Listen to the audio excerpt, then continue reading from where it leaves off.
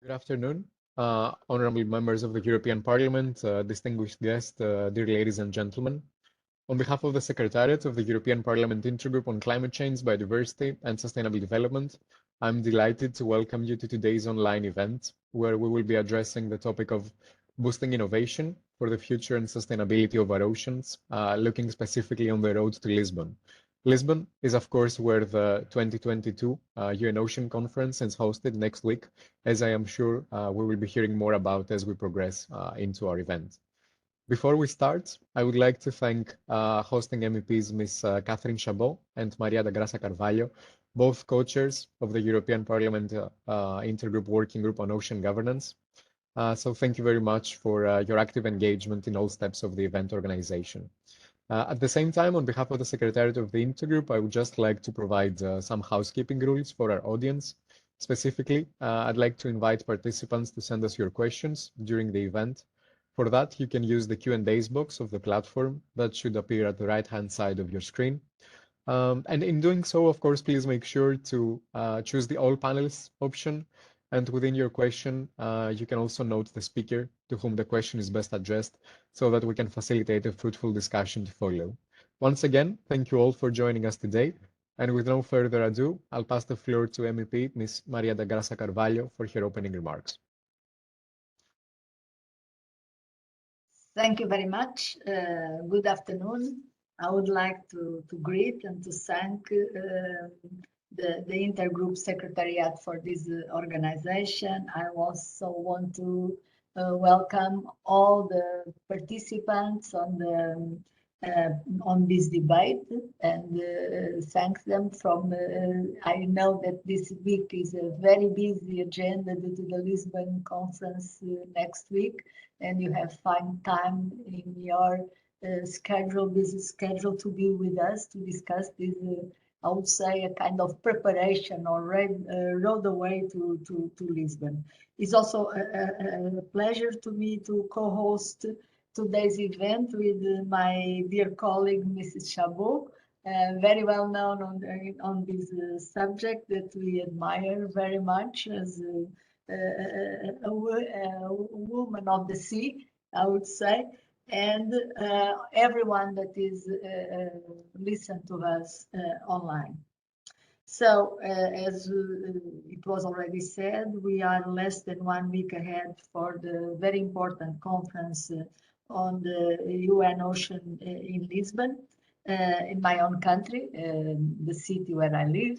And the main subject will be how to scale up ocean action based on science and innovation. And it is an opportunity for our intergroup and special for the working group on ocean governance to give its contribution to the overall debate. And also it's very much in line with the debate that we are having at the European Parliament. How new technologies, how innovation, how science is helping to push this sustainability agenda in the area of ocean. So we have to begin a message of Mr. Thompson that will deliver a keynote speech centered on the United Nations perspective. And my colleagues, Mrs. Chabot and Mr. Van Dalen in video will follow. This will also be followed by a video message of our commissioner who could not be with us, but it's been very supportive of European Parliament work. After we have a panel discussion, and we have very knowledgeable panelists from European Commission, French Ministry, research centers, non-governmental institutions, so very diverse and very interesting debate. I would like very much to stress 3 points on the importance of research and innovation for the sustainability for the ocean sustainability. starting with the role of innovation. Second, the key initiatives to improve cooperation, the initiatives that we have been pushing in the European Parliament, and finally, the need of synergies and appropriate financial framework for the sector. So, I would like to start the first point, stressing the holistic science-based approach for the ocean. We need an holistic and research-centered approach to ocean management in order to have a sustainable ocean and achieve the vision of protection, but at the same time of giving the perspective of production and prosperity for the ones that live from the ocean, so from the communities that are related with activities of the ocean. And this is compatible, the sustainability and the prosperity of these communities, if we do it based on science, if we use new technologies, if we make use of innovation, but it needs to be well done and properly done to be accepted by all the parts. And the European Union must take rapid action exactly on this area. Research and innovation has a key role to play, and we must invest in technologies and skills, increase cooperation, capacity building in this area. We should increase the opportunities to bring together all the sectors from the ocean, integrating the economy and reinforcing investment in several areas, from aquaculture to fisheries management, environmental monitoring, blue carbon, renewable energy, biodiversity, digital areas. So very important that we have this as a priority. And it has not been so easy as it would look like. It was only in Horizon 2020, the program before the one that we start now, that is the Horizon Europe, that we had managed to have ocean as one of the individual priority area. I was the rapporteur of the scientific the agenda of Horizon 2020, and it was one of the areas that was more difficult to negotiate. It looks strange because we could imagine that everyone agrees on the ocean as a priority, but in the end, when it starts doing the negotiations on the budget division among the different areas, it was not so easy to put this as a priority. Fortunately, we managed to do it in Horizon 2020 and has continued in Horizon Europe. And furthermore, now we thought that we need to further increase the cooperation, and also as a rapporteur of the European Institute of Innovation and Technology, I have proposed, and it was approved, a new area, knowledge innovation community, that still didn't open. We hope to be open soon, and the calls on water. So this institute joins the knowledge triangle: education, research, and innovation, because it's very important that we also have the higher education component in all these subjects. So again, it was a difficult area to negotiate, much more difficult than the other areas, but we managed, and we have managed to finish this during the Portuguese presidency that helped us to, together with the French, I would have said, to put this as a priority, and has now a reality. And we hope that the calls will open soon, so that we have a knowledge triangle on science and innovation and higher education on water that is mainly focused on ocean. But there is many activities going on these areas, the bottom-up activities, and I would like to stress an academic community that is very active and wants also to set up a more formal network that is the European Ocean Research and Education Alliance.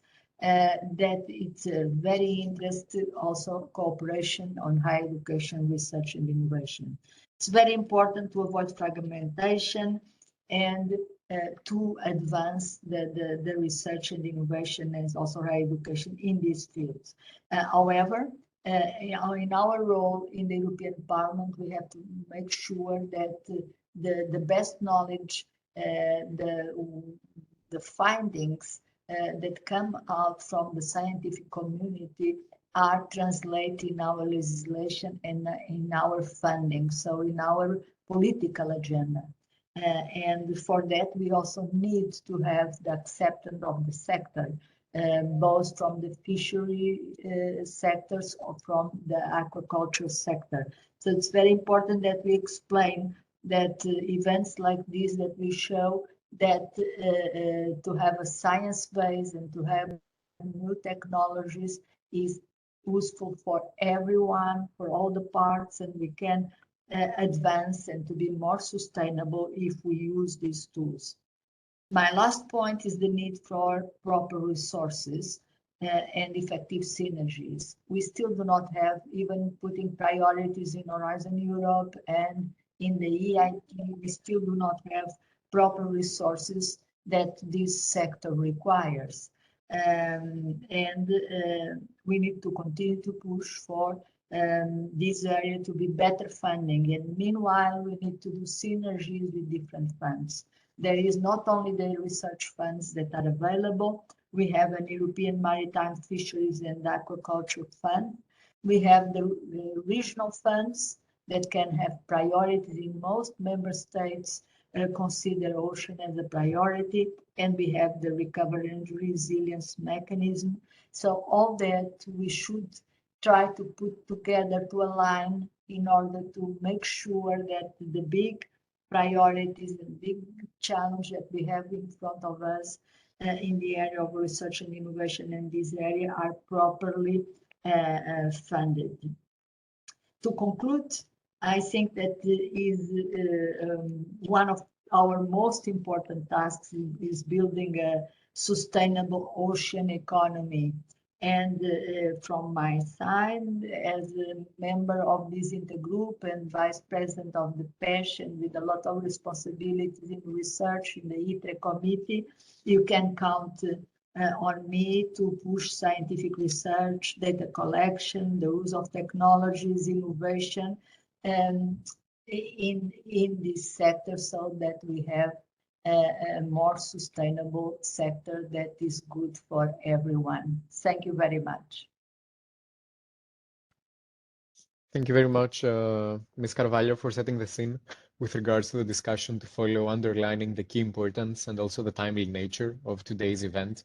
And I think that's a very important message to carry throughout the whole course of the event, that increased cooperation and also building up on partnerships when it comes to ocean governance, but also on the way to Lisbon next week is of significant importance. So on this note, I'm very happy to provide the floor to Ambassador Mr. Peter Thompson, United Nations Secretary General Special Envoy for the Oceans. Mr. Thompson was elected to also serve as President of the General Assembly of the United Nations for its term in 2016 to 2017, and he was also Fiji's permanent representative to the United Nations from 2010 until 2016.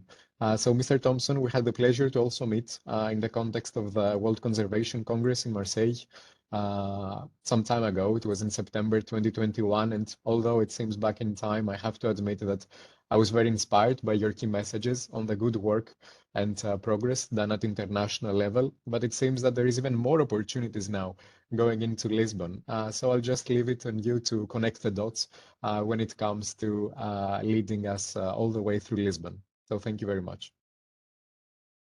Well, thanks for that introduction. Just give me the thumbs up if you can hear me clearly. Yeah, very good. Okay, so Excellencies and ladies and gentlemen, first of all courtesies observed, and thank you to MEP Catherine Chabot and to MEP Maria de Graça Carvalho and to the Secretariat of the European Parliament for the invitation to address you all at this event today. I've been asked to speak for 10 minutes, so either strap yourselves in or go and make a cup of tea, and we'll see how we go. And I do apologize in advance that I have to leave at 1:30 for another meeting, but I will be listening to MEP Catherine Chabot before I go. So into what I've prepared here. Look, ladies and gentlemen, with every breath that we take, we're connected to the ocean. The planet-defining blue that covers more than 70% of the Earth's surface provides half the planet's oxygen. And that's all the veracity that you need about the statement that we rely upon the ocean for life on this planet. You know, the ocean stabilizes our global climate and our weather system and provides food and livelihoods to billions of people. You all know this. A healthy ocean is critical to all life on Earth, and yet through humankind's witting and unwitting activities, the ocean's health is measurably in decline. Overfishing continues to deplete precious marine resources and jeopardize sustainable smaller scale fisheries. Excess anthropogenic carbon emissions are warming the ocean, causing death of coral, rising sea levels, and massive changes to marine ecosystems. Our greenhouse gas emissions are making the ocean more acidic, weakening its ability to sustain life. Plastic and chemical pollution are permeating the ocean, placing many marine species in deep trouble. I give you my daily mantra again. There can be no healthy planet without a healthy ocean, and the ocean's health is measurably in decline. So the positive news is that on our watch, we can take the necessary steps to stop the decline of the ocean's health. In 2022, we have important opportunities to take a bold and meaningful action to put our ocean onto a path of recovery. Already in February this year in Nairobi, we witnessed the UN Environmental Assembly commit to the drawing up of a legally binding global treaty to tackle the pernicious issue of plastic pollution. This came as a great relief, for the COVID-19 pandemic had introduced a whole new class of plastic pollution, PPEs, to add to the flood of plastic we send to the ocean every day. Were it not for the lighting of hope in Nairobi at UNEA, by 2050 we would have more plastic in the ocean than fish. Make no mistake, we have unleashed a plastic plague upon nature, and it's time for us to desist. In Geneva last week, after 20 years of negotiation, we witnessed the WTO Ministerial Council agree on a deal to end harmful fisheries subsidies. While I'm sure we all applaud those involved at the WTO for achieving this historic moment, the job now is to get the agreement into force by 109 countries, ratifying it as soon as possible. We've got work to do. I sincerely hope that the $22 billion worth of public funds we've been spending annually on these subsidies now be diverted to ocean conservation and sustainable adaptation assistance to coastal communities. Meanwhile, negotiations to conclude a robust and operable high seas treaty are expected to conclude later in the year. And the Convention on Biological Diversity Conference, also to be held later this year, holds the promise of a new target to protect 30% of the planet by 2030. And of course, there is the next UN climate change gathering, COP27, in Sharm el-Sheikh in November, which more than ever includes focus on the ocean as a critical ally in both mitigating and adapting to climate change. We had a great meeting in Bonn last week of the SBSTA Ocean Climate Change Dialogue, and that is now achieving great progress. So let's ride this positive wave of ocean action that is sweeping around the planet in 2022. So ladies and gentlemen, the ocean is the planet's biggest carbon sink, and it has absorbed more than 90% of the excess heat attributed to anthropogenic greenhouse gas emissions. Ocean acidification rates, whereby CO2 dissolves into seawater, are presently occurring at approximately 10 times faster than anything we've experienced in the last 300 million years. The effects of this process on marine ecosystems like coral reefs are devastating, which is a serious worry for the future of marine biodiversity, since coral reefs are home to an estimated 25% of all marine life. Addressing this connectivity means tackling the problem at source, and that means getting our greenhouse gas emissions down to acceptable levels, which principally means ceasing the use of fossil fuels for our energy requirements. It can be done. The connectivity of the causes and effects of the ocean climate nexus is at the very heart of dealing effectively with the climate crisis. Let us all accept that only a huge increase in financial resources, mindful of climate and marine biodiversity considerations, will allow us to follow zero carbon pathways for our economies. In essence, dealing effectively with the required transition will involve a massive worldwide transfer of financial resources to the sustainable blue economy, which is the future of human security. It is clear that in support of a just and inclusive transition, the financial sector has huge room for improvement in facilitating the development of ocean-based climate solutions. The OECD has demonstrated that SDG 14 is the most poorly funded of the 2030 Sustainable Development Agenda's 17 SDGs.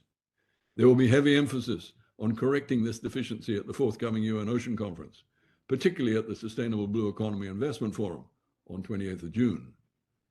The drive is to take the best of our ideas developed on this score in Lisbon to UNFCCC's COP27 in Sharm el-Sheikh, where we should expect to see the climate finance needle move decisively in the direction of adaptation, particularly for the benefit of developing countries and the sustainable blue economy.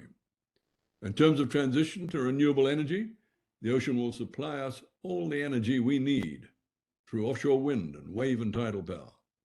Likewise, the decarbonization of global shipping through transition to green hydrogen will have huge benefits for human health and the mitigation of the climate crisis. All the while, new forms of food will emerge from an innovative approach to sourcing aquatic nutrition through such developments as algae products and truly sustainable aquaculture. The positive solutions are readily at hand, even as the decline in the ocean's health continues. It's time to apply them at scale. Ladies and gentlemen, and so next up on the global agenda, we have the UN Ocean Conference, co-hosted by the governments of Kenya and Portugal in Lisbon, 27 June to 1st July. The UN Ocean Conference is held in support of SDG 14, the UN's Sustainable Development Goal to conserve and sustainably use the ocean's resources. It is my firm belief that SDG 14 and the continued development of a sustainable blue economy around the world are crucial for humanity's future on this planet. We are making reasonable progress on SDG 14's aim of conserving the ocean, and I'm very hopeful that CBD COP15 will adopt the proposed 30 by 30 target later this year. We're doing less well on sustainable use, and there are some sectors that have big plans to open up new areas of unsustainable ocean activity. If we truly desire sustainability, future decisions on the use of ocean resources should be based on climate-smart marine spatial planning, also on the precautionary principle, and on sound ocean science, which is why member states mandated the UN Decade of Ocean Science in the first place. I am confident we will see the launching in Lisbon of a great fleet of innovative science-based solutions. These solutions will be carried forward in well-funded partnerships that will propel the effective implementation of SDG 14 and give us our work ahead over the next few years.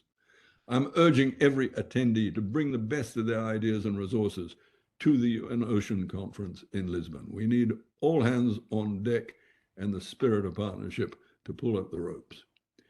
The UN Ocean Conference will cover all of the major challenges and opportunities faced by the ocean today. The program features plenary meetings, a suite of interactive dialogues, a rich series of side events complementing the main program. The sessions will engage topics ranging from strengthening sustainable ocean-based economies to addressing ocean acidification, deoxygenation, and warming, and from making fisheries sustainable and fair for small-scale artisanal fishers to conserving and restoring marine and coastal ecosystems. The conference will culminate in the adoption of a political declaration, Our Ocean, Our Future, Our Responsibility, which has been carefully negotiated and supported by the member states of the United Nations. All this work will be complemented by an array of over 1,700 voluntary commitments from around the world, an array of action covering all targets of SDG 14, submitted by a broad range of stakeholders online. I wish to emphasize that all of you are welcome to go to the UN Ocean Conference website to submit voluntary commitments and become part of the drive for progress. Ladies and gentlemen, if we are to halt the decline in the ocean's health this year, we must not squander the unparalleled opportunities presented by 2022's confluence of moments for decisive ocean action. When I say we, I'm referring not just to the leaders of UN member states, but also ultimately to each and every one of us. We and our children and grandchildren are all citizens of planet Ocean, and it falls on our watch to do the necessary work to secure the healthy, thriving ocean on which humanity's future depends. What bothers me the most is that the majority of us continue to live as if our actions have no consequences for those who are coming after us. On the basis of humanity's current pathway, we are bound for a world of between 2 and 3 degrees Celsius global warming this century. That is within the lives of our children and grandchildren. And that is a world of fire and famine and flood and pandemics. Intergenerational justice demands that we reject that cataclysmic future and make the necessary transitions now to take the path to sustainability and security. I thank you for your attention, and I look forward to meeting many of you in Lisbon next week. Thank you. Thank you very much, Mr. Thompson, and that's a key message to hold in the course of today's event. Our ocean, our future, our responsibility. So thank you very much for connecting all the puzzle pieces when it comes to ocean-related challenges and key opportunities on the way to Lisbon. Welcoming your call for action, I'll seamlessly pass the floor to MEP Ms. Catherine Chabot, who is a member of the European Parliament from France for the group of Renew, co-chairing also the working group on ocean governance under the umbrella of the intergroup. So, Ms. Chabot, thank you once again for taking the lead in co-hosting today's event, and the floor is yours.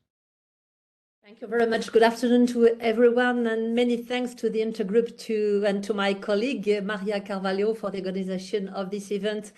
And thank you very much, Mr. Special Envoy for the Ocean of the Secretary General of the United Nations, dear Peter Thompson. Thank you very much for the message you are delivering to us. Thank you also for your strong leadership on all ocean-related issues. You reminded that the future of humanity must be written with the ocean and delivered a message of optimism. Let us ride the positive wave of oceans, you said, that is sweeping around the planet in 2022, which sums up the dynamic we must be in this year. And the agreements on plastic or fisheries you mentioned are strong signals that we can win the challenge. Faced with the challenges of climate change, marine pollution, and the impact of our activities, we need to rethink the way we live and use the ocean, fishing, shipping, etc. We must put common sense, sobriety, and intelligence back into our relationship with living things. To do so, we need to think outside the box, go beyond simply limiting our impacts, change the paradigm, and ask ourselves how our activities can not only preserve, but also regenerate the ocean. For instance, maritime infrastructures, dikes in ports, or the fit of the offshore wind turbines must be designed as artificial reefs in a logic of co-benefits. In the European Parliament, I also strongly support self-propulsion to reduce greenhouse gas emissions from maritime transport. I am also convinced that all maritime infrastructures must contribute to the collection of data on the ocean, which we absolutely must know better. We have to support the development of oceanographic sensors adapted to both pleasure boats and commercial vessels. Racing boats are already developed that kind of sensors. My years of ocean racing taught me many lessons, notably that you don't fight against the ocean, but you have to deal with it. The sailor must adapt his navigation to the sea, design his boat so that is in harmony with the elements. I have learned about the incredible inventiveness of human beings in finding innovative solutions. Today, for example, racing boats fly, which was unthinkable 20 years ago. We can take up the challenge of ecological transition and, in particular, regenerate our rivers, seas, and oceans as proposed by the Starfish mission, which I strongly support. But like you, dear Peter, I think that this must be everyone's business, that we are all individually and collectively responsible for this regeneration. That is why I am campaigning to introduce the notion of the ocean as a global common into the preambles of future UN texts, because we must take this responsibility an absolute priority. Innovation can be technological, but it can also be collective management. We share the same ocean, so we must work together. This is maritime spatial planning is all about. And innovation must also be institutional. Man was first interested in the ocean as a reservoir of fish, a highway for boats, or as an environment conducive tourism. This has led us to segment ocean-related topics. This is why one of the most important innovations today would be a better integration of maritime issues at all levels through a systemic vision and better governance of the ocean. At the European level, I advocate, for example, the creation of an ocean team within the Commission, led by a vice president in charge of maritime issues. In the Parliament, we must also strengthen this integrated approach. Thus, I am submitting a resolution to the European Parliament, because we need a blue deal in the Green Deal, a resolution which should be voted on in July, I hope, based on these 4 strategic areas: how the EU can contribute to better understand of the ocean, Ocean Decade, Mission Starfish, how the EU can better preserve the ocean, marine protected areas, reduction of the impact of our activity, the blue carbon, developing the blue carbon also, etc., etc. How the EU can promote a much more sustainable blue economy, and how the EU can contribute to a better European and international governance of the sea and BBNG's negotiation, COP CBD, COP climate, plastic treaty, etc. In this sense, I look forward to the Commission's communication on international ocean governance. Thank you for listening to me. And with the UN conference, Ocean Conference, just 1 week ago, I am particularly looking forward to our discussions today. And thanks again to you, Peter Thompson, for your participation. I know you won't be able to stay with us, but and I will have to leave. You will have to leave in a few minutes. See you in Lisbon. And I'm listening to our dear participants. Thank you. Thank you very much, Ms. Sabo. And 2022 is a key year for the ocean, and we need to turn the tide, if I may, and change the paradigm, as you highlighted. And I think it's very important to raise our ambition for the future and sustainability of our ocean, as you mentioned, on our way to Lisbon. On this note, at this stage of the event, we also have a video message intervention from MEP Mr. Peter van Dalen, who is coming from the Netherlands. He's a member of the European People's Party, and he's the first vice chair of the Committee on Fisheries. So let's find out more in the video that follows.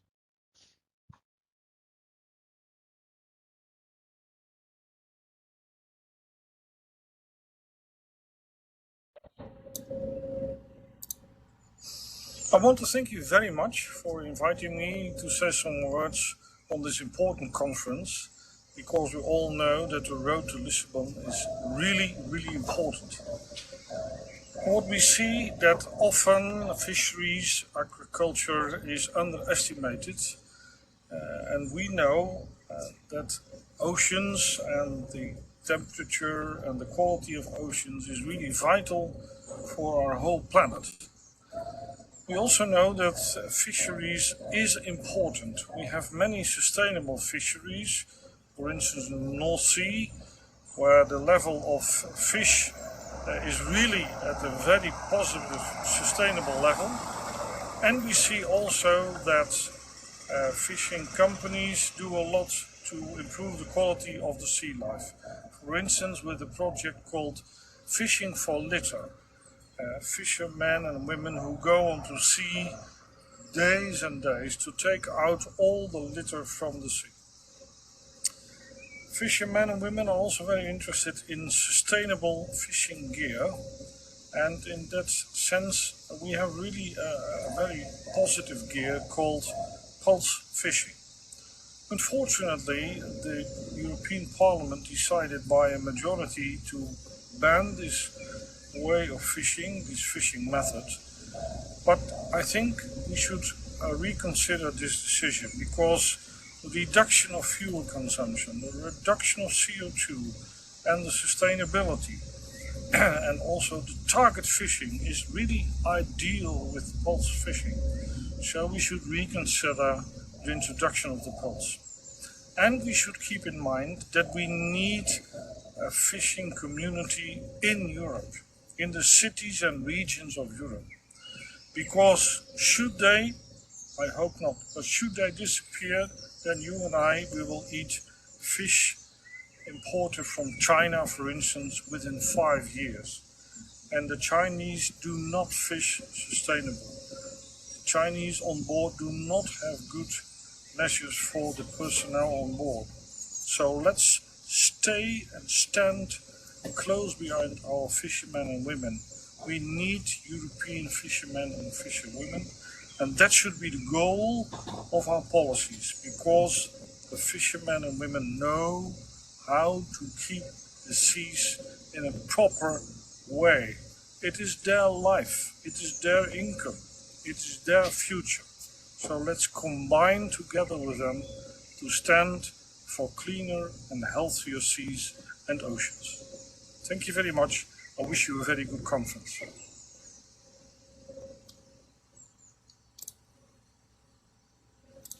Well, thank you very much to MEP Mr. Van Dalen and his team for sending us this video message today. And thanks also to my colleague Regine for playing this video for us. Unfortunately, it was not possible for MEP Van Dalen to attend live today's event, but sends his warmest regards and, of course, his main messages within the video message intervention that we just heard. So right next, we also have an intervention of Mr. Virginijus Sinkevicius, European Commissioner on Environment, Oceans, and Fisheries. Of course, Mr. Sinkevicius is the commissioner on these topics, and his work is focused on ensuring that the EU vision and ambition are high, while the environment, oceans, and fisheries are very well placed within the agenda of the European Green Deal and its delivery. So on this note, I would like to thank Commissioner Sinkevicius and his team for providing us with this video message on the importance of the future and sustainability of our ocean.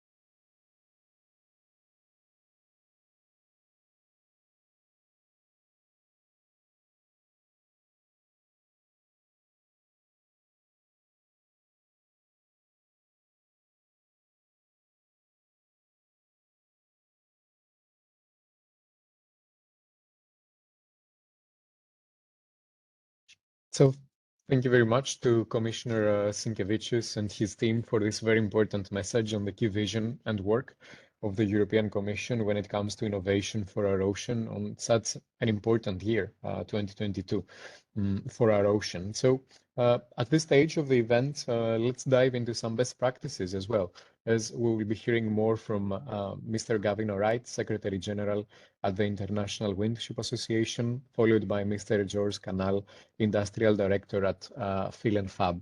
So we can start with with Mr. Gavin Wright, Secretary General of the International Windship Association, and this is the last video message intervention, I promise.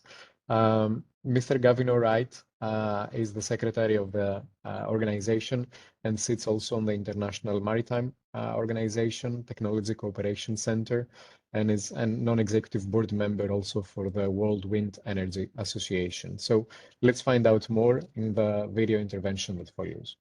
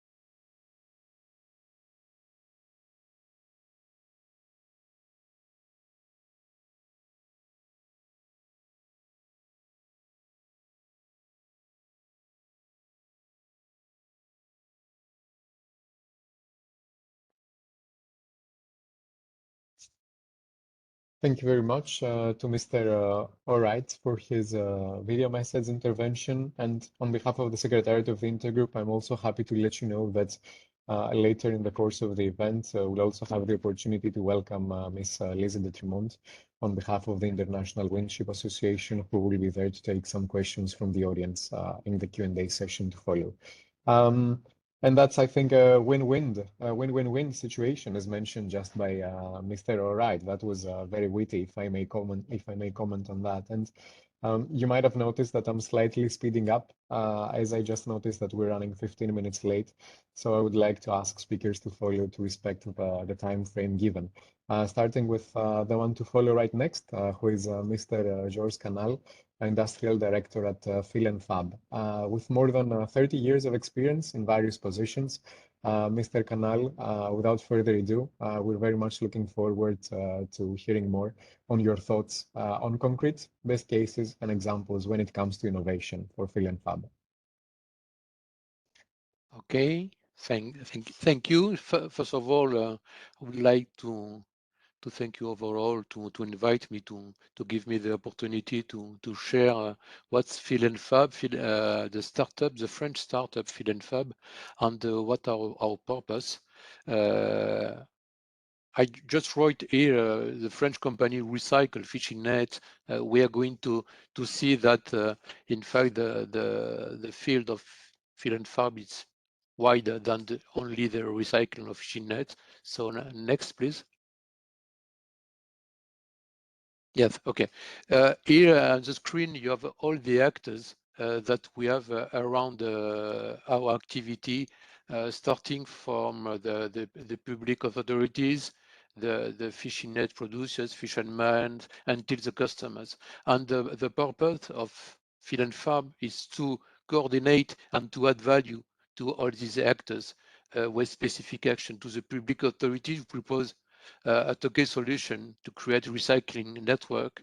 We want to help the fishing net producers to have solution directly from the building of the new fishing net. Of course, we're here to add value to all the work done by the fishermen directly on the harbors to try to add value to the segregation work that they do daily approach. We have a lot of customers with that now entering in a kind of sustainability approach, and we want to permit them with a real new material to go deeper in this approach. So we're going to see how, please. First of all, we have the team of the startup, a multidisciplinary team with our boss Theo Desprez and the different CEO. That's the management of the startup. And next. Okay, the story started a few years ago with the student project in 2015, and after that the project grew up through different steps, and the official company is born in 2019, and now for 3 years. So we are really talking about a real project, and we are not talking about any kind of future, because that's the present. And right now, Phil and Fab, it's actually an actor on the fish net recycling. Please. Okay, here we have our global process. So we do not reduce our activity to the, let's say, the 3 last slides on the bottom, which is the recycling, but we start directly from with the public authorities to try to build the recycling ecosystem. And after that, with what we call local actors, in all the harbors, we work on specific organization to set up, and we work directly with the people over there to have the more efficient organization on each side of the harbors. And after that, we worked with collecting companies to try to have the best way to collect the fish nets and to carry them until our factory. and after start the work in our factory to sort, to grade, to granulate, and to obtain our product called Nilo, which is the mark of the product, and to permit to offer Nilo to our customers. Next, please. You have here on the screen the leads repartition of all the leads we have right now, and you can see that in fact our product can be used in a lot of markets, and that's very interesting to see that we have not only the plastic industry as the main customer, but we have also a lot of people coming from, let's say, everywhere, interesting to introduce in their production a recycled material, and that's very interesting for the future. Next. What's the future of Fill and Fab? Right on the top of the slide, the situation in 2022. You have the part of the European map showing in yellow the harbor that we are working with right now. At this time, we recycle only one type of fish net with a very specific material. And after that, we have part of our process, it's internal, and other part of the process is subcontracted. And in 2022, we are looking for 25 tons of recycled product. A look in 2025, you have the footprint covering all the West Europe and North Africa. We want to be able to recycle all types of fish net and only one type, and to have a 100% of process internal to have a better carbon footprint, and to recycle the closest possible of the harbors when possible. And we are looking about, you have the tonnage that we are looking more than 500 tons per year. That's the future that we're looking for. Next. Okay, that was a short introduction to Fill and Fab, so I hope that I was under control for the timing. If you have any question, of course, let me know, and you have here my my information to connect me. And Fill and Fab, it's a real interesting, because it's a really interesting adventure for the role that we want to have in the overall network around the fish net world, and not only with the product, but where we try to improve all the situation, starting from the fisherman activity until the pellets given to our customer. So that's the main role and the main ambition of Fill and Fab. Many thanks to listening to me. Thank you, Mr. Canales. This has been a very informative presentation. So thank you once again for your concrete example from the ground when it comes to the work of Fill and Fab, as it was with pleasure having you on board during this discussion today. On this note, I would like to invite our excellent set of 5 more speakers coming up soon, our panelists to follow, to open their cameras and take the floor. Specifically, we're going to be accompanied by Ms. Andreea Străcinescu, who is head of A1 unit in DG Mare, focusing on maritime innovation, marine knowledge and investment within the European Commission. Good afternoon, Ms. Străcinescu. We also have Mr. Jorge Manuel dos Santos Gonçalves, Senior Researcher at the Center of Marine Sciences of Algarve, CCMAR. Thank you for being with us today.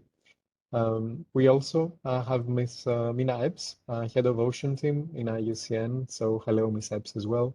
A warm welcome at the same time goes to Mr. Frank Chises, Senior Department Climate Advisor at the European Investment Bank. I hope my pronunciation of your last name was on point. Yes, perfect. Thank you very much. And then our last speaker is Ms. Catherine Gavira O'Neill, Director of Science and Sustainability at Satlink. So I'm very happy to introduce you to Ms. Gavira O'Neill as well.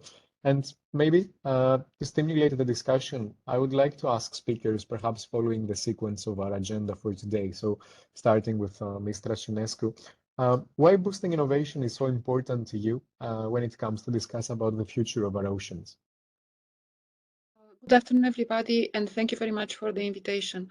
I think a lot was said in the previous presentation, and if we want really to achieve the level of ambition that we set for the future, we need the innovation.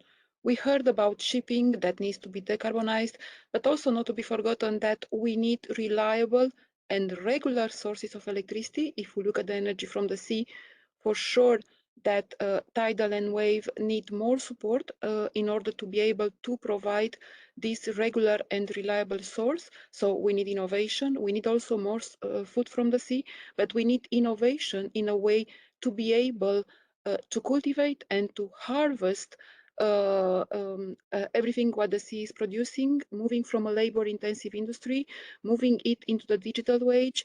So we need, again, innovation. We need as well innovation to be able to manage the ecosystem, the marine one. In terms of carbon sequestration, we know that there is a potential at the level of the seagrass, at the level of salt marshes, but still we need to know how we can manage the ecosystems in order to maximize the sequestration.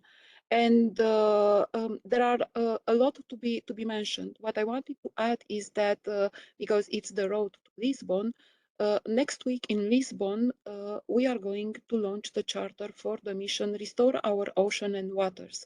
So it's based on the Fish Star report, and of course, the level of ambition in terms of decarbonization, in terms of restoration of marine and freshwater ecosystems, and also addressing pollution as main three objectives are going to be moved in the next phase with the charter. Why the charter is important? With Horizon Europe, we already put in place projects and introduce as well the concept of associated regions. And we are going to have as well platforms at the level of the various basins.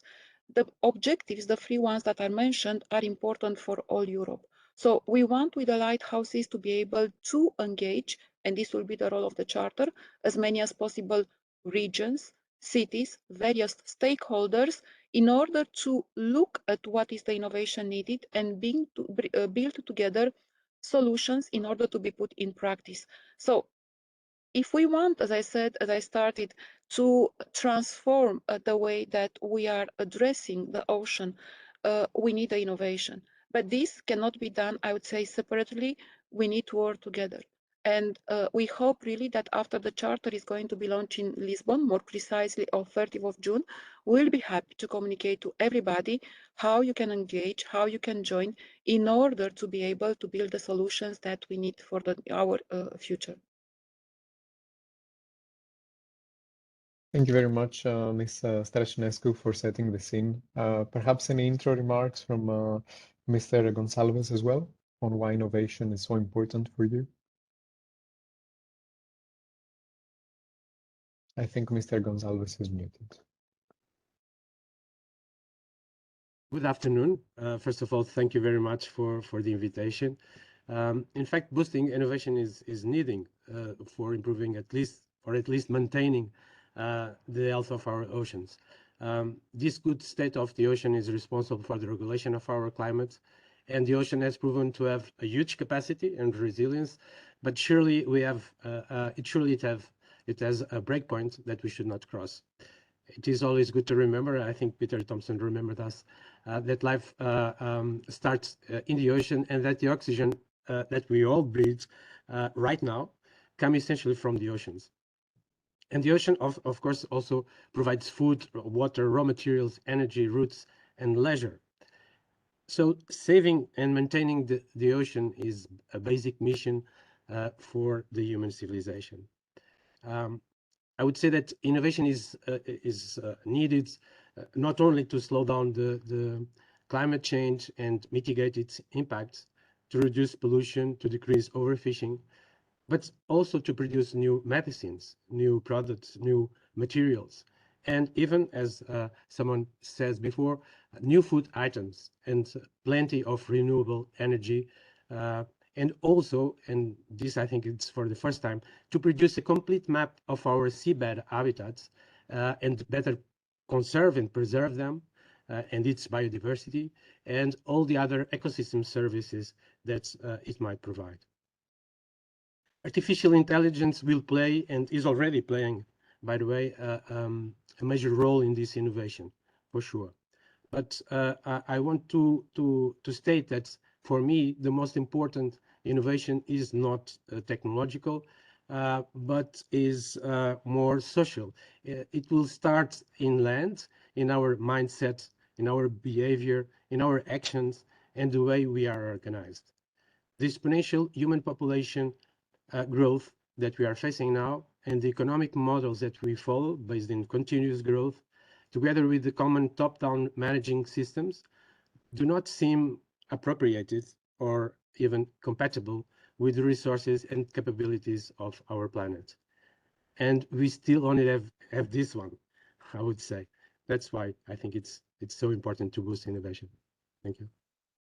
Thank you very much, Mr. Gonçalves, for highlighting the key added value of innovation there, covering various angles, but also shedding some light on the importance of the social element to the discussion. And Ms. Ebbs, what about IUCN and why is innovation so important for you? Yeah, thank you very much, Elias, and thank you very much for the invitation to be here and to be part of this distinguished panel. Delighted, very excellent speakers before me, so I'll try not to repeat. We all know the point of departure, which is that, yes, the ocean is in trouble. It's essential, it's important to us, and is threatened. And even though we are making significant progress, so don't forget that Lisbon is really about measuring and stock taking of progress towards SDG 14, it's still not happening at the scale that we want. And I think it's also really because what we are deploying here is really, we are using, same kind of technology. We cannot continue to use the same technologies, methodologies, approaches, and expect a different result. So I think that is really why innovation is key. We can't be doing the same thing. We know that the business as usual is not working. So we're all talking about transformational change. And when I see that, for example, if it needs to get into the financial flows, you are then taking natural kind of capital and trying to fit it into an existing model. But, if we want a transformational change, we really need to change the mindset, and we really need to have a change in behavior. And I really agree with the previous speaker that it's not about just new technology. We need really a combination of these different approaches. And I think when you come to innovation, I mean, really, what is it? Is it always something new? I think it could be merging of different, whether it's tools and approaches, but you add a new element or you apply it in a new context or in a new sector. So I think that it's about inventing new areas, but also basically making use of existing, but deploying them in a different way and context. I think that would be a lot to learn. So we are often talking about innovation. I mean, we're talking about conservation and sustainable use, and I definitely think innovation sits in both those baskets, so to say, but we need a kind of a blue bridge between conservation and sustainable use. And, again, using a blended approach between new and existing models. But I think even more importantly is really having innovative finance mechanisms. I mean, that's really, really what we need. And not only do we need innovative finance mechanism for a truly sustainable blue economy, we also need to track finances and investment towards SDG 14 in order to be not only to assess impact, but also to track and assess impact, but also our return on investment. So I think that is really where I see innovation. And maybe just one final remark, which would be when we talk about innovation, it's not equally deployed. Innovation exists everywhere in the world, but where the investment is going to further develop it is not equally distributed globally. So I think also when we talk about investment, we need to harness those at local scale in developing countries that can work in a local setting and building that capacity with local developers and entrepreneurs on the ground, because that's ultimately where we need to make a difference. So I'll stop there. Thank you very much. Thank you very much, Mina, and I've been taking notes all the way throughout your intervention, so thank you very much for connecting the dots so spot on. And turning to Mr. Jesus, I'd like to, well, first of all, mention that I think we're all aware of the excellent work that EIB does when it comes to financing plenty projects on the topic. But it would be with pleasure to hear from you as well when it comes to the future of our oceans. Why is boosting innovation such a key priority for EIB? Yeah, thank you, Elias, for giving me the floor on that, and good afternoon to everyone. I'm going to share a short slide that summarizes the way we look at it. So, I mean, we are an investment bank, so we are financing through loans and a bit of technical assistance projects in different dimensions with the investment arm of the EU, the climate bank of the EU. And when I say climate bank, this really means climate and environmental sustainability. So looking at innovation for a sustainable ocean economy, and we only look at the ocean economy through the sustainability lens at the EIB, what we see is the urgency of the threats faced by the oceans. And that's not just the oceans, it's the planet, but the climate, pollution, biodiversity threats, the triple challenge that we face in this critical decade. They are all affecting the ocean, and ocean is part of the solution, a key part of the solution for those three. So when we look at this from an investor perspective, what we see is that we need solutions now. I mean, of course, supporting research and innovation upstream is important, but it's also key at the moment, let's not make any mistake, to develop and put money into developing and disseminating solutions that can go at scale rapidly today or in the coming years. So I won't dwell too much with solutions. I'll present some of the elements that we've done later on, but what I can say is that the EIB, as an investment bank, is ready there to support the entire spectrum of technological innovation, from early stage innovation development, all through senior debt for mature technologies. And we have also a sister organization that is part of the Blue Invest mentioned by Commissioner Sikevicius, that is also here to help beside what the bank itself can do. So I'll stop there. This is just a very quick highlight, and we'll go deeper in discussion later on. Thank you.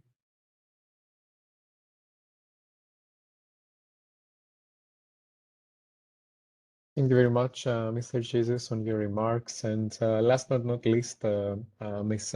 Gavira O'Neill, being the Director on Science and Sustainability within Satlink, a Spanish multinational company, where you lead the development of different projects aimed at ensuring sustainability in fisheries. I understand that innovation is a key angle for you as well.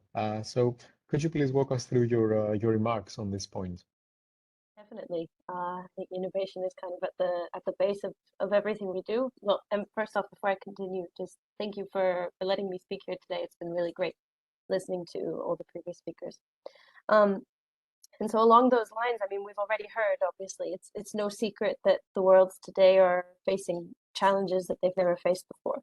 The ocean obviously is not an exception. And to confront these new challenges, we need new solutions, we need new perspectives, as everyone's been mentioning. Fortunately, I think if something characterizes us as humans, you know, on a whole, is that we're creative. We're good at finding alternatives and solutions to the problems that we're up against. And I think this case isn't any different. So as we know, we depend on the oceans at many levels. For instance, in terms of fishing, we know that global fish consumption is increasing even faster than the annual world population growth. It's a crucial source of protein, especially in small island development states, which are already facing a series of threats from climate change. And we also know that more than 59 million people have been engaged in the primary sector of capture fisheries, many of whom are women, so obviously this is an incredibly important sector. And it's still threatened by the effects of climate change, also illegal, unreported, and unregulated fishing. Obviously, they're all threatening this very valuable resource that we all depend upon, as all of us have been mentioning kind of throughout this session. So there's no doubt that we need to lean on our collective creativity, and we need to make use of the new tools and the new technology that we have at our fingertips. today we have tools that let us scan the entire globe with satellites from space and give us detailed information on ocean temperature, on plankton blooms, on wind, weather, waves. We know that when a vessel leaves port, they're no longer going out into the unknown as it used to be. We have ways to keep track of how and where they're working and get up-to-date and real-time information of everything that's happening at sea. So I think it's pretty clear that technology and innovation hold the key to guaranteeing the future of our oceans in every aspect, from the environmental point of view, in terms of society and food security, also in terms of economics and so on. So I think that thanks to technology in many ways, we are better prepared than ever before to respond to these challenges that we're up against. And I'm sure that through our collective innovation, through all these partnerships and through all this creativity we've been talking about, we'll be able to keep our oceans healthy and protected in the days to come. Thank you very much, Ms. Caveira Nederland. Maybe just stepping on this point, I would like to turn to Ms. Strachnescu. And well, we know that the United States dominate the scene with regards to ocean observation, and I think that's an important topic to be addressed. So how do you think we can catch up? Thank you very much. And in fact, if we want to achieve all the transformation, if we want to have a better state of our ocean and seas, knowledge is the base, and knowledge is based on observation. And I think this is one important step in which Europe has to make an advancement. Let me give you just the order of magnitude of what the ocean observation market represents in US, 9 billion. Compare with all the other sectors and you see that the potential is enormous, not only for creating, I would say, an industry, but also to provide the needed knowledge that it will be requested in order to make the advancement. So what we need to do and what we need to work on this, there are two things. First of all, not to be 27 or even more if we consider the countries around, but to speak with one voice on this. So we need a coordinated, I would say, position on ocean observation. On the side of the Commission, we are hopefully going to be able to present soon an initiative on this. So we need to speak with one voice. Currently, the ocean observation is done by different communities at the level of different countries. So speaking with one voice on this, bringing all the communities together. Second, already addressed, we need the right capital. And I would say we need also not only the capital, but we need the venture capital. We need changing probably the way in which we are supporting the innovation in the field, in this field. For what we are doing at the level of the blue economy with Blue Invest and its transformation in a dedicated product under the blue economy, this is a step forward, but it's just the beginning. It's a transformation on which we need to work together. And thirdly, this, because it was mentioned, we know very well that the society, the citizens have an important role to play. Never to neglect the role of citizen science and what they can offer from the point of view of ocean observation. So if we want to catch, to build an industry and to have all the knowledge needed, I think this is the way on which we need to act. Thank you very much, Mr. Strachnescu, for your remarks. And turning to Mr. Gonçalves, well, having noted within your CV received for this event today that your main drive is very much linked with the need to ensure healthy oceans for a healthy future. I was wondering, how do you think that key issues related to fisheries and marine biodiversity conservation can be addressed through innovation? Well, when we have fisheries management and marine biodiversity conservation together, we normally think or tend to think about mitigating the impacts of the fisheries into the marine environment and to turn the fisheries activities more sustainable. And I would add more sustainable and more inclusive. Being inclusivity valued in both sides, on fisheries management, but also in biodiversity conservation. But first, let me start with the fisheries sustainability. There are many aspects where innovation will offer the choice to make the difference. And I will mention some case studies that are more close to me. The first one is about this exponential increase of the knowledge about small-scale fisheries, in particular fishing efforts spatial distribution, by the use of real-time trackers on vessels and on fishing gears as well, and also by the extensive mapping of essential fish habitats. This boost in knowledge will make use of artificial intelligence, machine learning, also big data, of course, it's linked, in order to improve the fisheries management and ocean protection. This is already being applied with success in some European regions and fisheries, and also here, but it's on the way, I would say. The second, it's the use of underwater acoustic and light-based devices in the fishing gears to increase species selectivity and thus reduce bycatch and the interactions with threatened species of megafauna. There are also several cases of success with lasers and light sticks to avoid seabirds from being caught and acoustic devices to mitigate the dolphin fisheries interactions, for instance.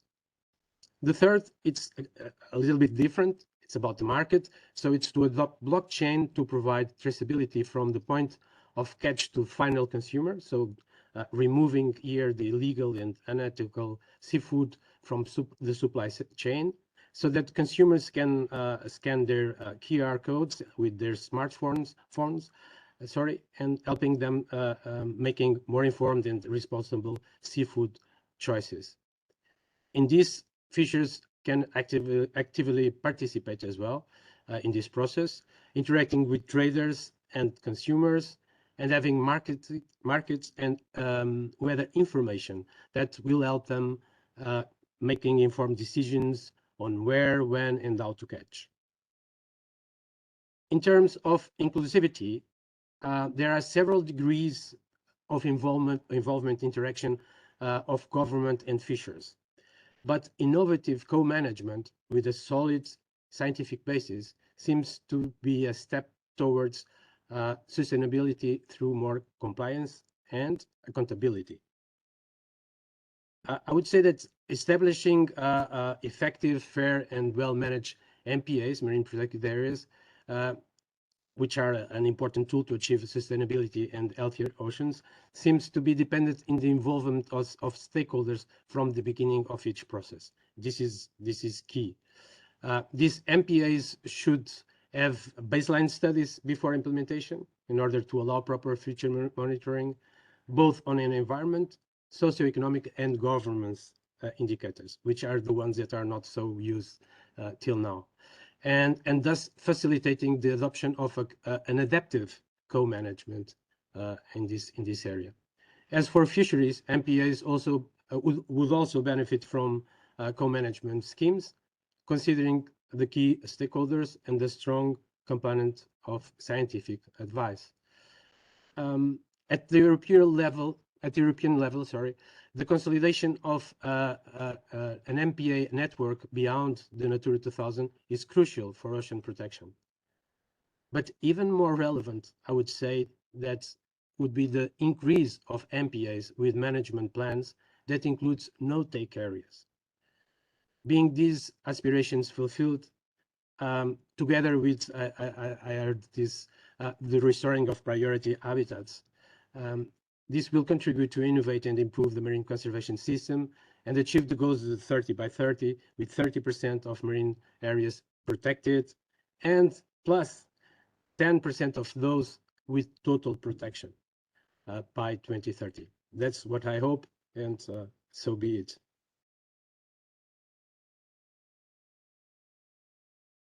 Thank you very much, Mr. Gonçalves, for your intervention. And turning to me now, well, having attended such a great conference that IUCN held in Marseille back in September, and of course I'm referring to the World Conservation Congress, a lot of focus there was around the oceans. And as mentioned by Ambassador Thompson, it's also a great big year for the oceans, 2022. So I was wondering if you could meanwhile let us know more about what IUCN is meanwhile doing in order to secure the future sustainability for our ocean, but also at the same time boosting innovation? Great. Thank you very much. That's an excellent question. I would say that IUCN basically helps to address the global climate and biodiversity challenge by supporting sustainable nature-based solutions with financial longevity. I think that's really at core. So, for example, for those who don't know IUCN is the world's largest environmental network, established in 1948. So we are comprised of members, which are state agency members, about 200. We have about 1,700 NGOs that are part, and that also includes indigenous peoples organizations. And then we have 7, now since Marseille, we announced the Climate Crisis Commission, we have 7 commissions hosting about 17,000 experts. So what we do is we try, as we go from kind of getting cutting edge marine science into kind of policy, so we can have the indicators, etc. We are also applying, at the end of the day, those national governance, because IUCN has a seat at the UN General Assembly. All those, whatever's negotiated on a global basis still needs to be implemented on a national level. And I think that's also where you need not only help, but you definitely need real projects on the ground. So this is really what IUCN does. So we build the business case for investing in our ocean, but working through projects on the ground. And we talked about this transformation and, innovation. And I believe that to do that, you need to be bold. I mean, you need to be visionary. We have the vision, what we want look like. So then what do we need? And we need to be bold and we need to take risks. So what we're offering is a granting mechanism for entrepreneurs and developers to develop basically nature-based solutions. So conservation community, we know how to restore mangroves or whatever, it's peatlands, etc. But it's really, how do you make it economically viable? And so the IUCN developed a nature-based solutions, the first global standard, and it can be used as a benchmarking tool, but it's we have 8 criteria, but how do you actually address environmental and societal challenges in a kind of integrated, coherent way? So it's not nature-based solutions for climate change. It's not just nature-based solution for biodiversity. It's an integrated approach based on also the societal need. So I'll just very quickly, we'll go, and as part of that, I'll give you 2 examples what we set up. We set up the Blue Natural Capital Funding Facility, which basically supports the development of sound investable blue natural capital projects. But they need to have a clear economic service benefit, but also based on multiple income stream. Because it's very often we see that, and we saw that in the face of the pandemic, you actually have set up in marine protected areas and your source of or stream of revenue is from tourism, and that stopped. So to be more resilient, we need to have multiple streams included in that. So that can be also be a mixture of different things. So I believe by having this multiple streams and appropriate risk return policies, that's an effective way. And we're going to announce the selected winners in Lisbon is through the Blue Carbon Accelerator Fund. Because I think it was also, we talked about global policies and how we're going to get to 1.5. We cannot do that without the ocean's important role in mitigation and adaptation. So really the focus on marine ecosystem, basically the blue carbon, and you can integrate that into your nationally determined plans. So we're really helping to accelerate that. And the hope is that they can be replicated and scaled up. So I'm happy to share more information or in the chat put links to those 2 funding facilities if there are any entrepreneurs or developers out there. So I think, maybe I'll stop there in the interest of time, because I know there are other speakers that have important things to say. So I'll stop there, but happy to answer any questions later on. Thanks. Thank you very much, Mina. And as you mentioned, we need a vision. The vision is there. So it's all about delivering when it comes to sustainable nature-based solutions with financial longevity, as you highlighted within your intervention. And specifically coming to your point concerning projects on the ground, I think that's a very important angle. So I'd like to turn to Mr. Jesus on behalf of EIB to ask you, could you please walk us through how specifically EIB supports innovation for a sustainable blue economy? Yes, very good. Thank you, Elias. Yes, I'll I'll again use a few slides to take you through a few examples.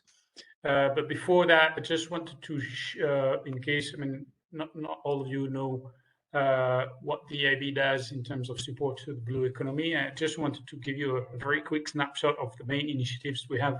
We've been engaged in supporting a blue sustainable economy development for years now. We co-founded with the Commission, the European Commission, the WWF, and the World Resources Institute what is called the Sustainable Blue Economy Financing Principles in 2018 that are now have now led to a Sustainable Blue Economy Financing Initiative hosted by UNEP FI that has developed some guidance principle for financing in different sectors. About the same time, we launched the Clean Ocean initiatives with all the partners, AFT and KfW, at the beginning. This initiative aims to support projects that reduce pollution, plastic pollution going to the ocean, reaching the ocean through different means, including on-land waste and wastewater management, for instance. The target we have now, which has been doubled a few months ago, is 4 billion by 2025 of financing from the different partners. Since the beginning of the years 2000, we also have been a very strong, one of the main supporter of financing offshore wind development, mainly in Europe. And also in 2019, we launched another initiative which is called the Blue Sustainable Ocean Strategy, Blue SOS, which focuses on supporting in different sectors financing up to 2.5 billion by 2025. So the sectors targeted are green shipping, coastal management, coastal protection, sustainable seafood, and research development and innovation, which is the topic today. Our sister organization, the EIF, is involved in Blue Invest and Portugal Blue, which are funds of fund launched in 2020, targeting 150 million of financing in those funds. And of course, we collaborate with a number of partners, the Commission, DG Mare, but also other financing institutions like the Asian Development Bank, EBRD. So I couldn't mention them all in the slide, but that gives you a snapshot. Now, in terms of practical things that we do in finance related to innovation, one of the very great example we have is in the realm of marine renewable energy. You all know about offshore wind. Most of the offshore wind that you've seen and known about are locked in the ground undersea. But there's a number of new technologies that are developing now, and we financed recently 2 demonstration projects of floating offshore wind. One in Portugal is called WindFloat for 20 megawatts in 2018. It's the first of a kind demonstration project on offshore floating offshore wind. And more recently this year, we concluded to fund EolMed, a 30 megawatts project in France with a new novel floating foundation system. So the idea we have through this funding is to help standardize the standardization and development of a manufacturing capacity for multi-megawatt modular floating platforms in Europe and then potentially elsewhere, because there are many coastal areas where you cannot fix the foundation of your offshore wind on the ground. And we also want to de-risk the technology, make it replicable throughout Europe and beyond. We don't stop at floating offshore wind. We're also looking at other marine renewable energy technologies like wave energy, for instance. We have funded what we call the Wave Roller project in Portugal, 350 kilowatts, so it's a smaller device. And in all cases, for the floating offshore wind, but also this Wave Roller, we don't intervene ourselves just with loan, but we also have grant funding that help initiate and de-risk those new technology and make them go to the development and replication stage. So that's a set of examples. Looking more at the ocean monitoring and digitalization technologies that were mentioned by my colleague from DG Mare, these we believe are crucial for a sustainable blue economy. And the uptake, but what we see is that the uptake of ocean innovation and digital solution is slower than in other sectors, non-ocean. We have strong competition from the US and Asia in Europe. And we need to build the strategic autonomy there and competitiveness, because what we see now is that innovation are starting in Europe, but then because the market exists and is set in US and Asia, they're over there, and then Europe loses its edge there. So there what we see, and this is something we've looked and developed with the Commission, we need to work all together to build an integrated financial ecosystem with grant financing, national and regional supportive regulatory frameworks that was mentioned by Gini Mari a few minutes ago, and matching projects to the right investors. What we do at the EIB on that front is we're ready to help overcome the financing challenges these technologies development and accelerate downstream commercial application. We're starting to see projects coming our way, and we are praising them for financing. I cannot divulge to you what we're going to finance in that front today, but keep tuned and you'll see a few funding operations from the EIB on that front. Lastly, I wanted to go through funding innovation in the blue economy. This is a bit more tricky because you have to make sure all sustainability angles are covered, and it's not always easy. But we have a few good examples that we're looking into, and again, that will probably come to be financed in the coming month. One is in aquaculture. So there are development of what is called a recirculating aquaculture system to produce fish, for instance, for trout and salmon. These are technologies developed on land, and they're developed with a controlled environment, minimum use of water, treatment of wastewater sludge that can produce biogas. The byproducts are processed in pet food, and you reduce sickness, mortality, but more importantly, you don't affect the ocean ecosystem through the production of your aquaculture, which is a problem in many places in the world, including in Europe. The other area that we've been looking into, so you probably have heard a lot of the algae potential for economic activities, but what we've been looking recently is a way of potential activities and projects to treat algae pollution and putting it to good use. So, for instance, collecting algae bloom that are happening and that are left on shore, and using those algae waste, if you want, for the production of recyclable bioplastics or other products that would replace fossil fuel-based alternatives. So these are the examples that I can share with you at this stage, but of course this is not limitative, and as I said, we're open to look at more innovation in the sense that it could be put to practical use quickly, and we can fund them through loans in combination with grants from other partners. Thank you very much. Thank you very much, Mr. Chiz, for your reply, and it's great to see also how EIB's work is aligned with the work of the European Commission and its priorities, and specifically the message of Mr. Thompson as well. And I'm referring to, of course, the projects described on algae and aquaculture. Another question that was sent directly to me was on whether presentations and the webinar recording will be made available, but perhaps I can take this one by replying that this is indeed the case, and all webinar materials will be online on the relevant website of the intergroup at ebcd.org/intergroup. So for more questions for panelists, attendees can send their questions via the Q&A's box that appears at the right-hand side of your platform. So on this note, I would just like to ask Ms. Gavira O'Neill as well, looking into the future, how do you think that technology and innovation can help shape ocean sustainability? Okay, thank you for the question. Well, I think we don't actually have to look very far into the future. It's not really a question of how will it shape ocean sustainability, but rather how is it shaping ocean sustainability today?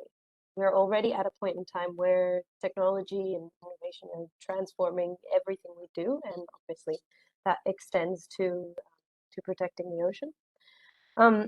And I would say that the role of technology is, has several facets, but I want to focus on two of them. So I think that on the one hand, with technology, we're going to be able to be more efficient. We can waste less, we can pollute less, damage less, but at the same time, taking care of and looking out for the interests of those that actually depend on the oceans for their livelihoods. And then on the other hand, so a few speakers have mentioned this, obviously, we can't protect what we don't understand. So we need to have ways of getting correct information about everything that's happening at sea. And technology also provides a means for better monitoring, for improving visibility, not just of the oceans themselves, but of the species that inhabit them and the use that's being made of these resources. So we know that traditional methods for studying the ocean are expensive. It's difficult to coordinate a research vessel and go out to sea. It's time consuming. And in the end, you can cover a fraction of the area that might need monitoring. And technology can really help us to fill those gaps. And it already is helping us to fill those gaps in many ways. Fortunately, working towards sustainability with technology is something that we have a lot of experience with here at SatLink. So actually, at my job here, I work really closely with the fishing industry. I actually just came back from living on board a tuna vessel in the Indian Ocean for a couple of weeks. So we know how the industry works, and we're also aware of the challenges that they face in terms of sustainability. And I do have to say that in many cases, the industry are the ones that are striving to find solutions that are going to help them to fish better, to catch what they want to catch, and improve their practices. In many ways, they can be our allies when we're talking about sustainability of using the ocean's resources.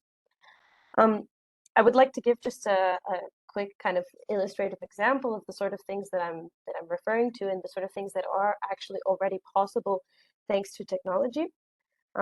So I'm sure many of you know that about 80% of the world's tuna catch today comes from stocks at healthy levels, but there are some populations that require stronger management. We know tuna is obviously a massive industry. So this would be the case, for example, of yellowfin tuna in the Indian Ocean. So it's often fished alongside skipjack tuna, whose stock status is actually healthy. And we know that vessels want to catch skipjack. That's the main species that they're wanting to catch. That's their target species. But fishing gear hasn't always been selective enough to help them avoid that yellowfin that needs protecting. So one of the things that we've been doing, and fortunately the industry has really helped us with this, we've been working with them for years to develop technology and machine learning tools and really harnessing those powers of innovation to develop tools that are going to let the vessels anticipate what they're going to catch even before they set the net. So we can actually distinguish through technology, through acoustics, we can distinguish between the tuna species and give estimated catch amounts in different areas of the ocean. So this technology has had really great uptake by the industry, obviously. More and more vessels are choosing these types of solutions so they can optimize their operations at sea. Also, by having better options of planning out their routes, they can reduce their carbon footprint, they can shorten search times, trip duration, and focus their catch on the species that they're most interested in. And then on the other hand, this is what I really enjoy, is that this technology isn't only exciting for the industry, but it also is hugely valuable for science, for furthering our knowledge on highly migratory and pelagic species like tuna. So the information from this kind of technology it gives us real-time and fishery-independent data on where different tuna species are at sea. Scientific organizations are the first to realize how valuable this is. So in fact, we already work with a number of scientific organizations to use the information from these systems to map out, for instance, where tuna is present or absent over time. This way, we're getting more insight into their environmental preferences, migratory routes, behavior, and all of this obviously can serve to improve management, right? So in this way, technology is really helping everybody across the board.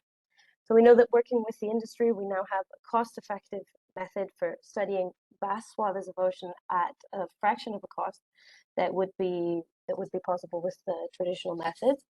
And obviously, without this sort of technology, that would be unheard of.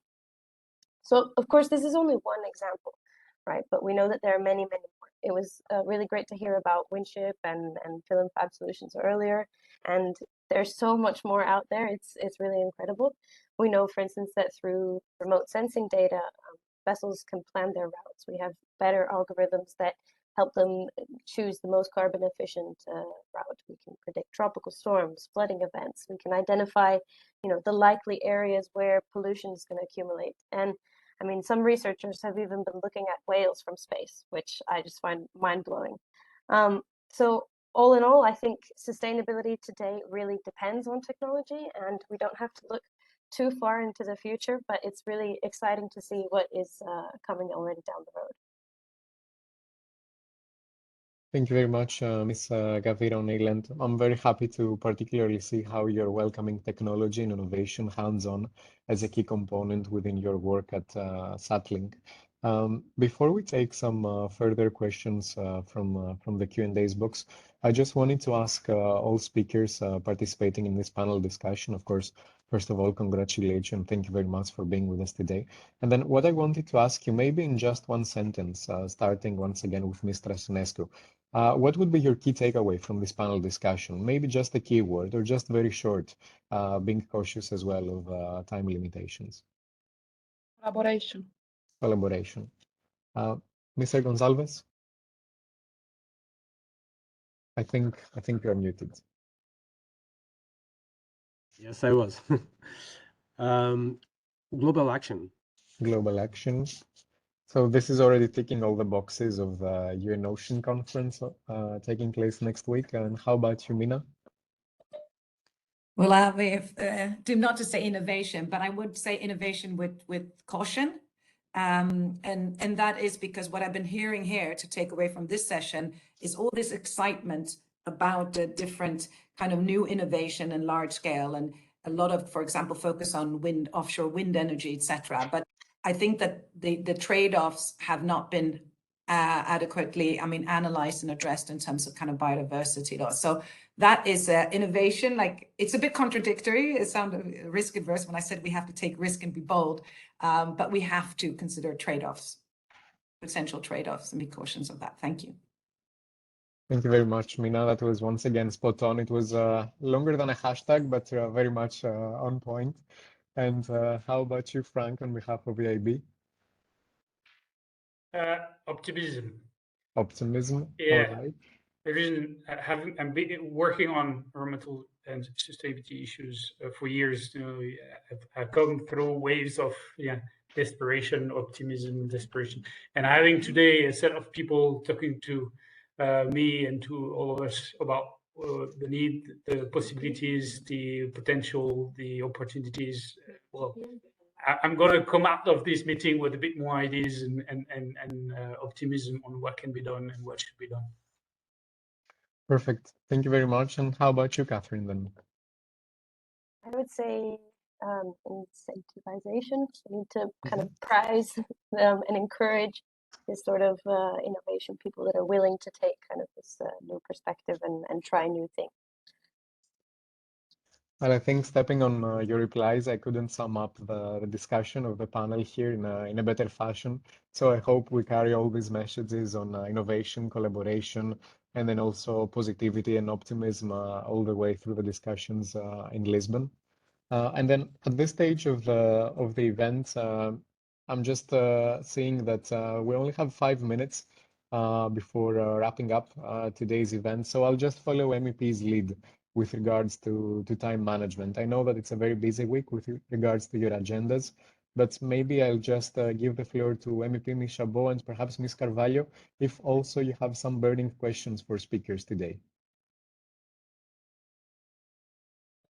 Yeah, thank you very much. It was very, very interesting. I would have a lot of questions because and probably I will try to sum up to Phil and Fab and IWAC. I asking me what are the obstacles to develop those innovations for you, because as an MEP I'm trying to push them in all the climate package, biodiversity package, economy circular package, circular economy package, etc. Because it's very hard to even if everybody is speaking about a blue deal in the Green Deal, we still have a very small blue deal in the Green Deal, and it's very hard to find a place for the blue carbon, for example.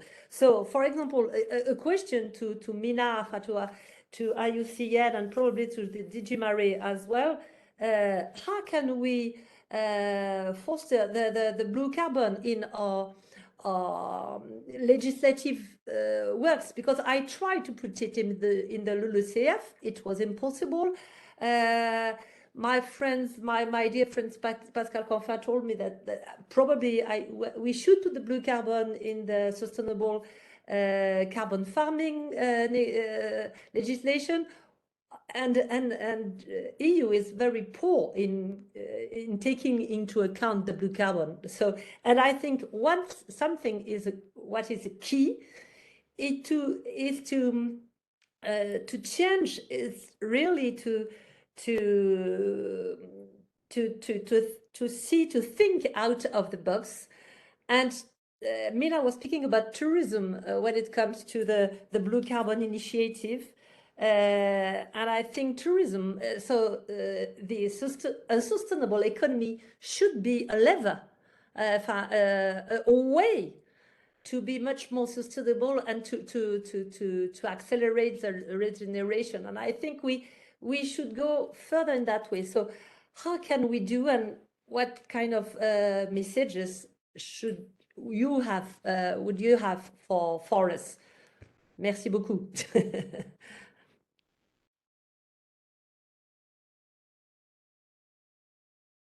So I don't know if...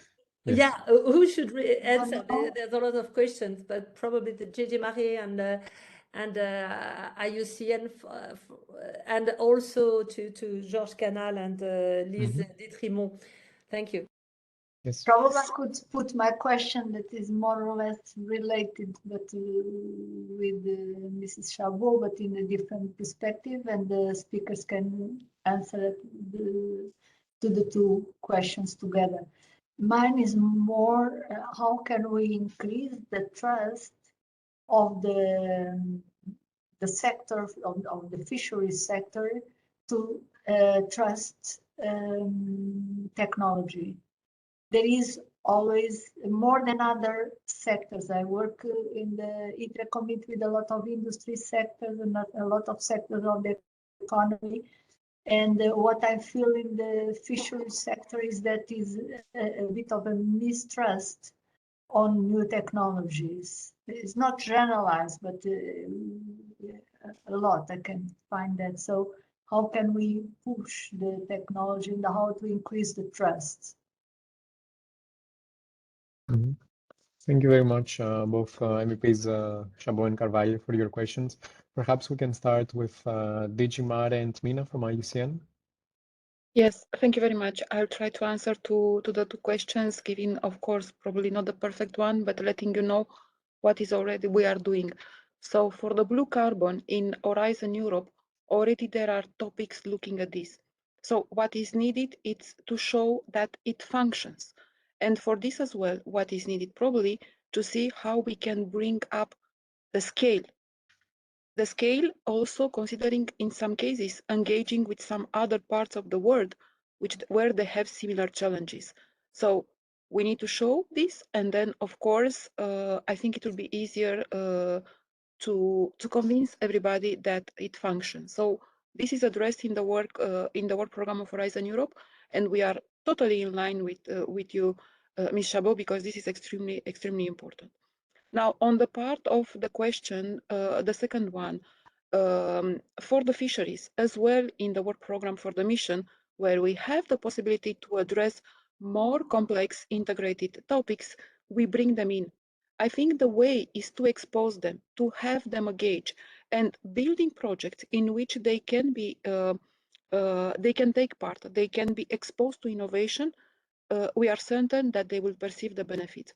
So we need so probably a common answer to the two of them, we need to the two questions, it will to show that this functions. So we work in this, and for the mission ocean, as I said, is not only about restoration of marine and freshwater ecosystem. We want to bring in also the fisheries dimension and all the things in an integrated way, and all the things which are not addressed elsewhere in Horizon Europe.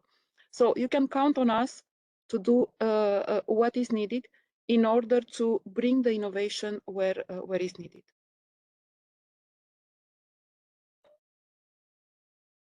Elias, do you like me to go next? Yes, thank Yes, you. please. So very, very briefly, well, first of all, Catherine, thank you very much for the vote of confidence and asking for IUCN's advice on this. And I will be happy to pick this up further with you in Lisbon, because I think it's really, really important topic. And as you know, within the IPCC, you can include it 3 marine and coastal ecosystems, right? But not beyond that. And that will not get into the policy sphere for a very long time. I mean, blue carbon is an incredibly sexy topic, if you like, at the moment. It is really, you're hearing, and that's something that the private sector is capitalizing. They want to bring it to the market, right? And they want to have the blue carbon exchange, etc. So just in terms of what IUCN does, I mean, we look at the kind of the technical assistance of the prospect, because I've been advocating for nature-based solutions, but you still have to cut your emissions, and nature-based solutions themselves are at risk of climate change. So, I mean, it's that kind of paradigm as well. So when I was in Glasgow, and you keep hearing about X amount of, credits they're going to buy from Netflix, Salesforce, or what have you. And my heart was thinking, oh my God, where are they going to get these blue carbon from? And also to make sure that it's, it's independently viable and it's cost efficient. I mean, it's different and standardized. So these are the kind of aspect that we're working on.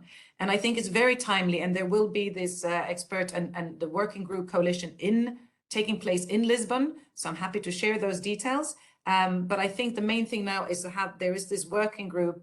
As you know, there was the Blue Carbon Declaration by France, and it's really that kind of roadmap to get to Sharm el-Sheikh and to look at blue carbon. And if I may, just one little add-on, Verza, is we are talking about blue carbon, again, very much focused on the climate change issues, but maybe we should introduce a little bit more system thinking. And I don't want to make things more complex, but it's carbon credit, but it can also be biodiversity credit. I mean, how do you have something inclusive that you can bring to market? I'm sorry, I wish we had so much more time, Christine, to discuss this. And your question was actually spot on. And once again, thank you very much for inviting me. And I learned a lot, and look forward to seeing you all in Lisbon. So that was a bit brief and maybe not as focused, but let's continue the dialogue for sure. Thank you very much. Thank you very much, Mina. And perhaps Mr. Trimont or Mr. Canal would like to come in on the relevant questions. Yes. I would like to answer, to comment the word of Catherine about what's difficult for you. Okay, what's difficult for a little startup to grow up?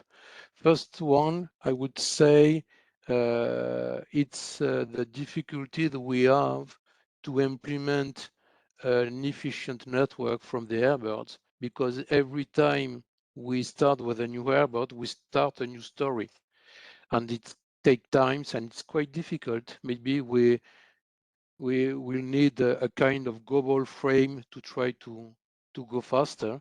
And so far, we are talking about French airbirds, and our target is to go on the foreign countries in the few years. So I'm quite afraid of the difficulty to implement our model.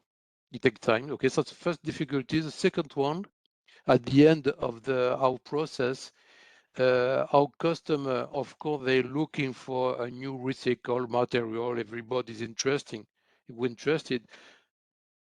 but at the end, the price is very important, and we have to improve the price level of our product, and we have to develop a special process to try to manufacture cheaper. And working with fishnet, which is a crazy material, the fishnet, lead us to develop new processes. So that's our challenge so far, to develop the process at the same time that our business. It takes time, and we are fighting against the level prices of the competition market of the non-recycled product and so on and so on. So that the two main difficulties we have, all that we have no time to develop that. Sorry. And Ms. de Tremont as well, perhaps some thoughts from your side. Thanks a lot for giving me the floor. I will answer very shortly, but I think there is something important regarding our sector, which is wind propulsion for the shipping. We would like to prioritize the immediately deployable technologies.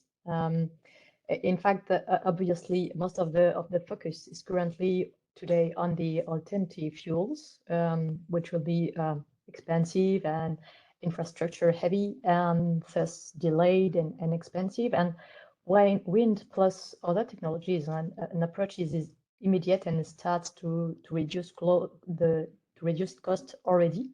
And today we don't measure or monitor really the renewable energy installations regarding, for example, the EU MRV.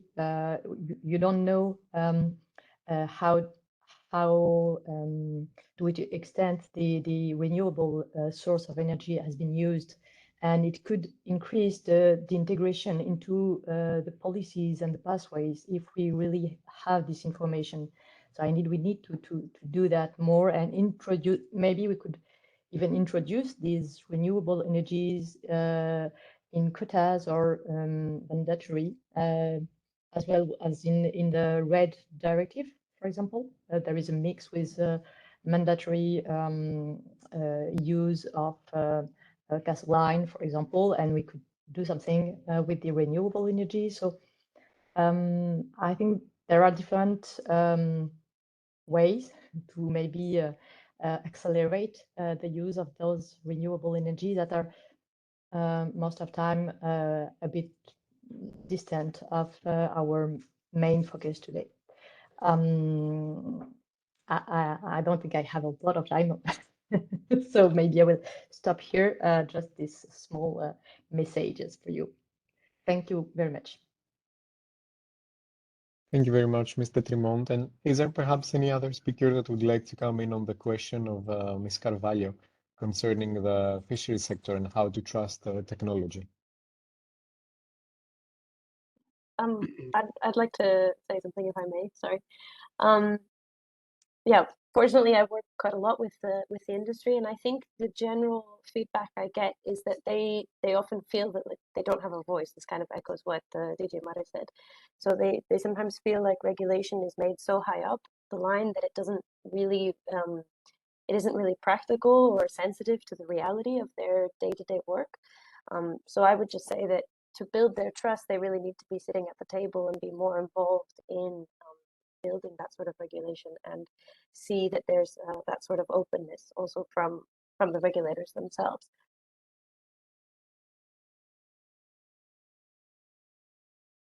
Thank you very much. Any other speaker perhaps that would like to come in on this point?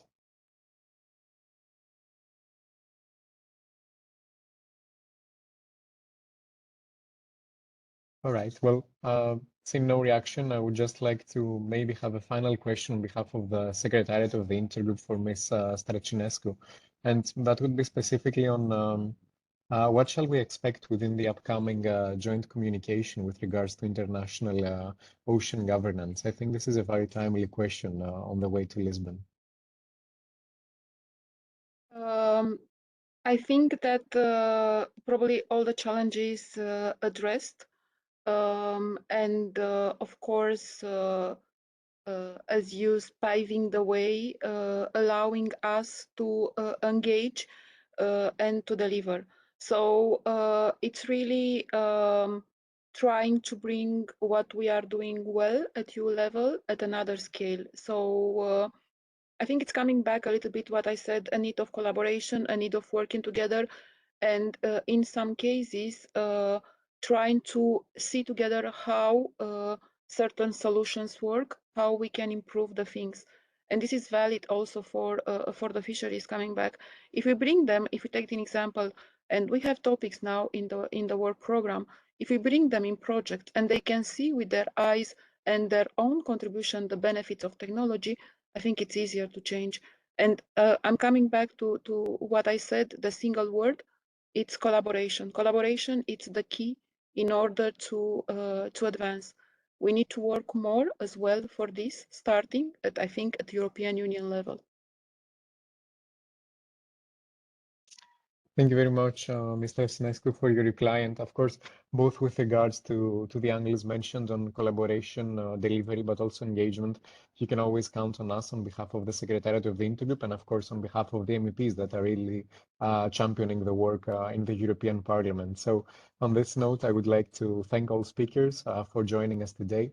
Thank MEPs for taking the lead with regards to organizing this event under the umbrella of the Intergroup. And I'll just be passing the floor to Ms. Sabo for some key takeaway messages from your end as well. Thank you very much, Ilias. I will be very short because it's time to go probably for a lot of us. I just want to thank you very much, Ilias and Regine, for the great job you have done. It's always a pleasure to organize events with you, with the Intergroup. Thank you very much to my dear Maria da Carvalho. It's always a pleasure to share an event with you and to organize an event with you. And we will be in your town next week in Lisbon. So I will be very happy.